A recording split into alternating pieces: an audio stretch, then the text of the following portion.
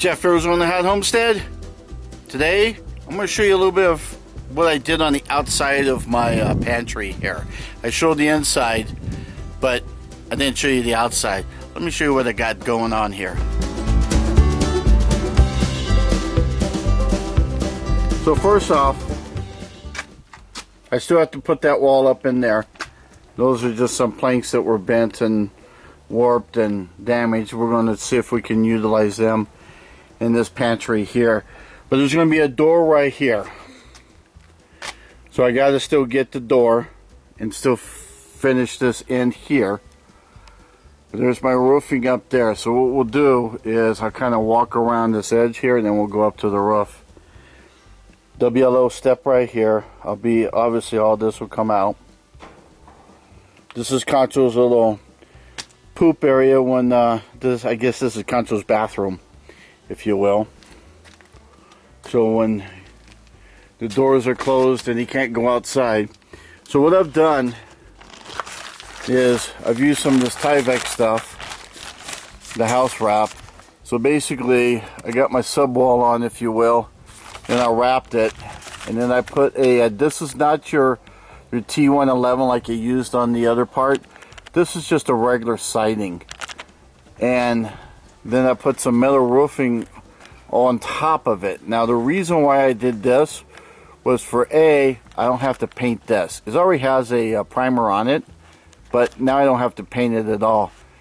Now the goal eventually is to have a more finished roof over this, and a header and a roof over this whole little area here. So in theory, when everything is done, this should not get wet at all. But I went ahead and did it anyhow. I figured it can't hurt. Plus, it gives me time so that I don't need to build this roof right away. I can just deal with it. So I got a gutter just catching the stuff coming off the side. This is a different type of roofing metal than what was on the than what I've used up there, just because this I bought used. It was only I got it for a super cheap price. Now what I had to do, because when we put this wall up, this here is not plumb. It's not straight up and down. And the reason being is, well, it's pretty windy up here. The wind has actually pushed this whole Versatube this way and this way. So if you notice here, it's greater than down here. I did some spray foam down in there. I'll put some caulking right in through here. But all I do is I just cut this so I can slide it in. I did the same thing with a little piece down here. And then this here is touching this. And then there's a little gap right here, but this one here went all the way down. This is all one sheet. And then they just overlap. You just take a rubber hammer and just knock it in, and they latch onto there.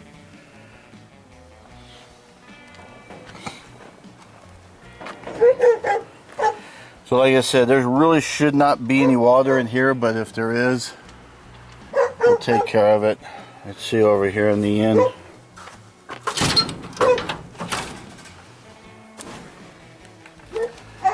So there's the RV. And so this one here is a different piece because I just happen to have a piece that was pretty similar. Then I used the corner piece.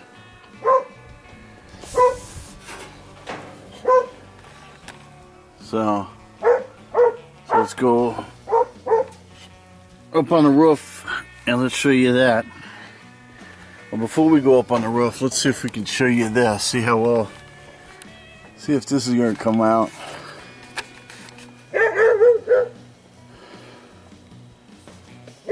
Yeah, it's not coming out too well. Yeah, let me get on the ladder and let me show you this. So this roofing goes all the way up to here. It's underneath this piece. Then I got another piece here that I butted up against there, and I have it coming down to this rain gutter. So anything up on that roof is going to hit this, fall onto here, and fall right into the rain gutter. So that's why I say there should really be no rain that touches this. I've got it cocked up there. There might be some there, but if so, it's going to be very little.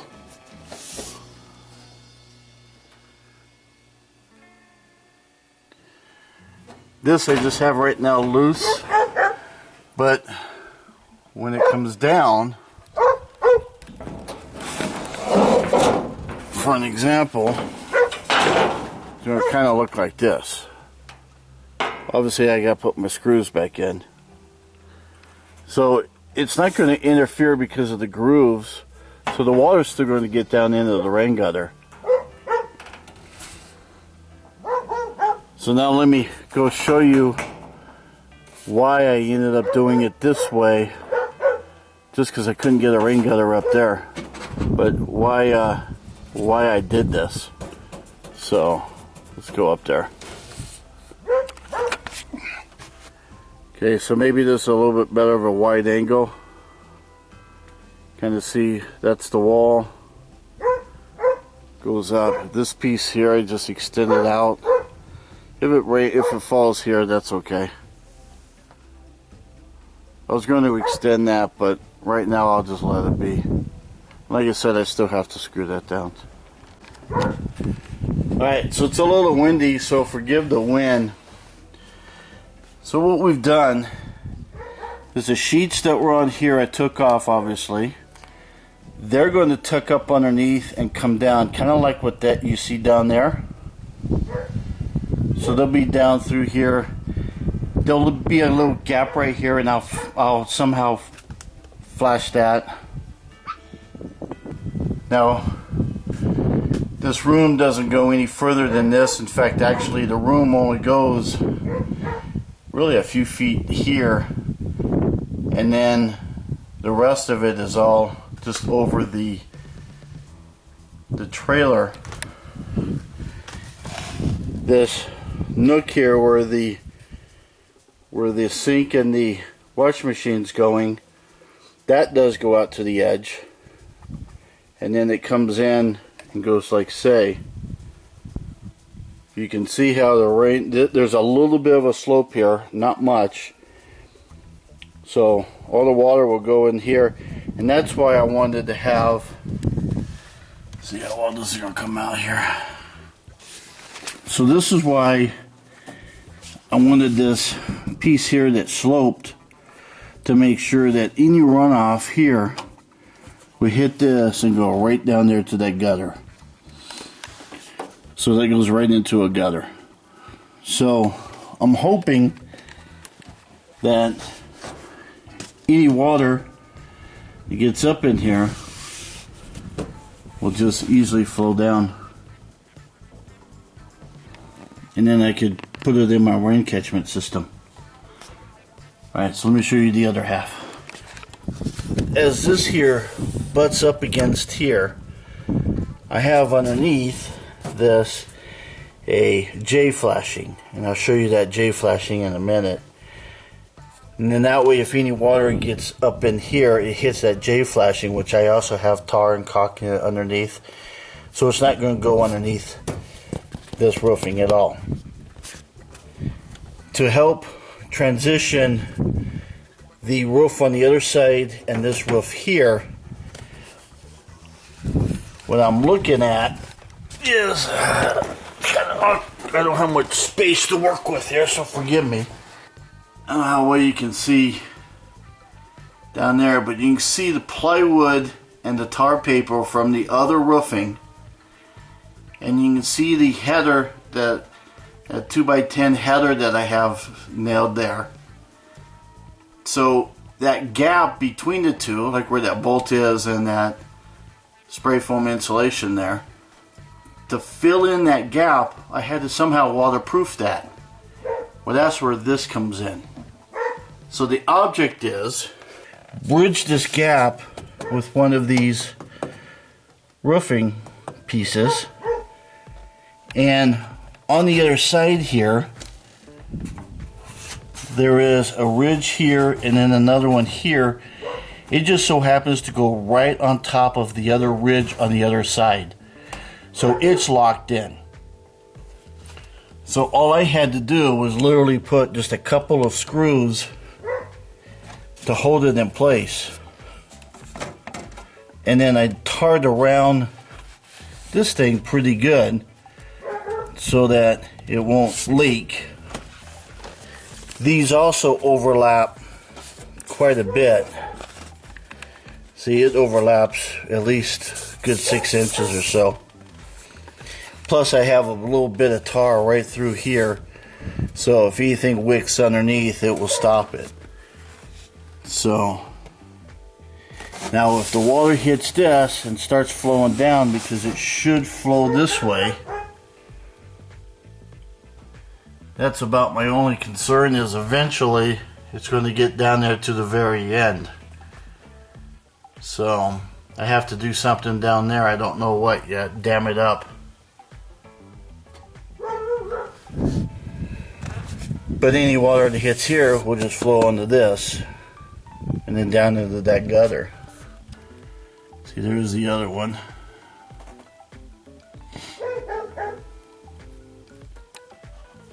This just ended up beating up a little bit because I put some down in here.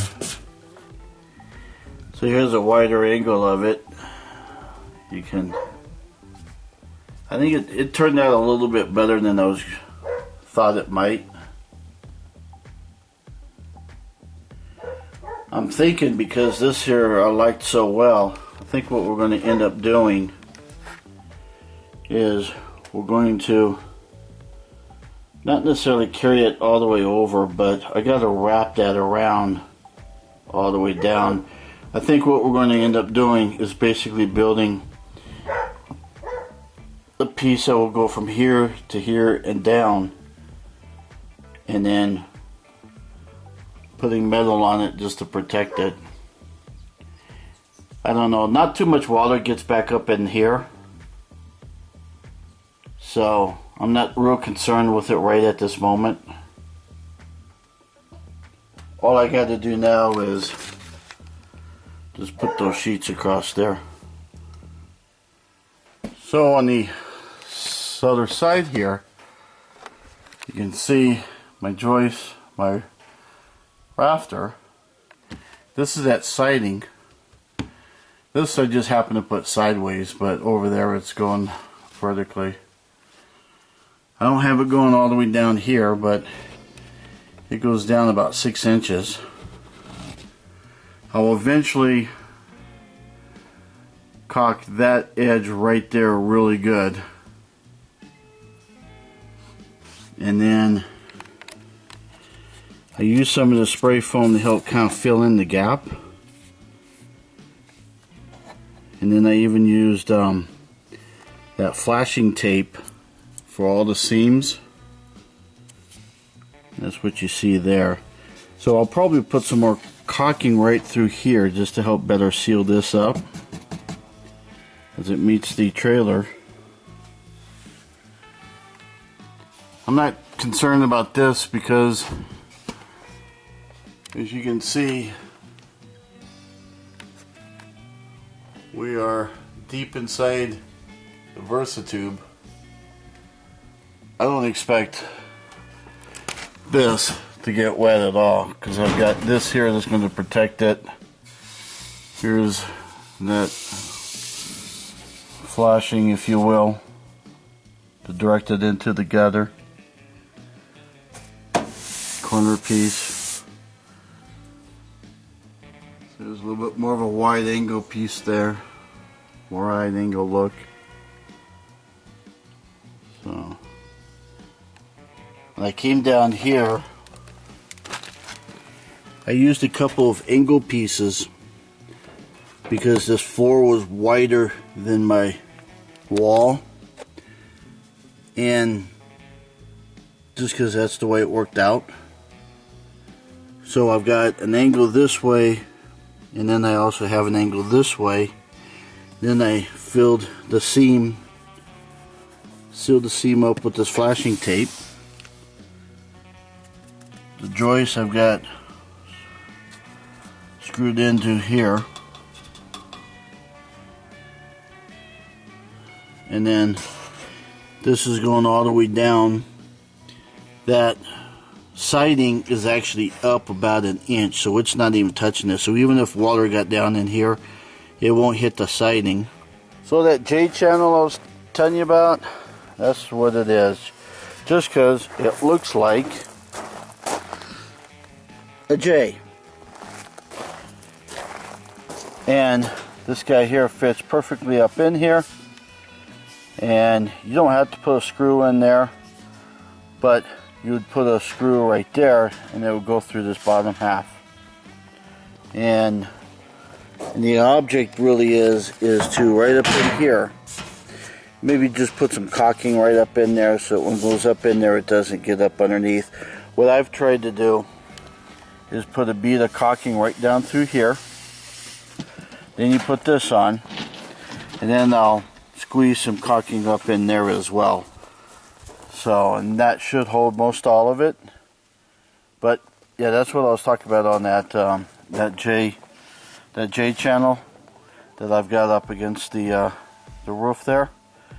So that's all it is. It's pretty simple. Just shove it up in there.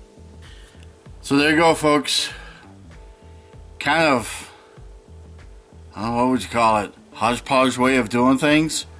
But, and I probably went over, went to extremes on some of it. I probably didn't need to put the siding even here, but it's a good color. I won't have to paint it, and it goes with the roofing for this and the Versatube and the other roofing. So it gives me that little peace of mind. It's more waterproof than before, and I shouldn't have any issues. So yeah, so the outside's pretty much done. I gotta finish the door half. The door half, I'm not going to do the metal siding. I'm just going to leave the that siding, that finished siding look, and I'll just put a good coat of paint on there. So yeah, work continues here on the homestead. Wow. Guess I'll see you guys next time. See you. Bye. Have fun.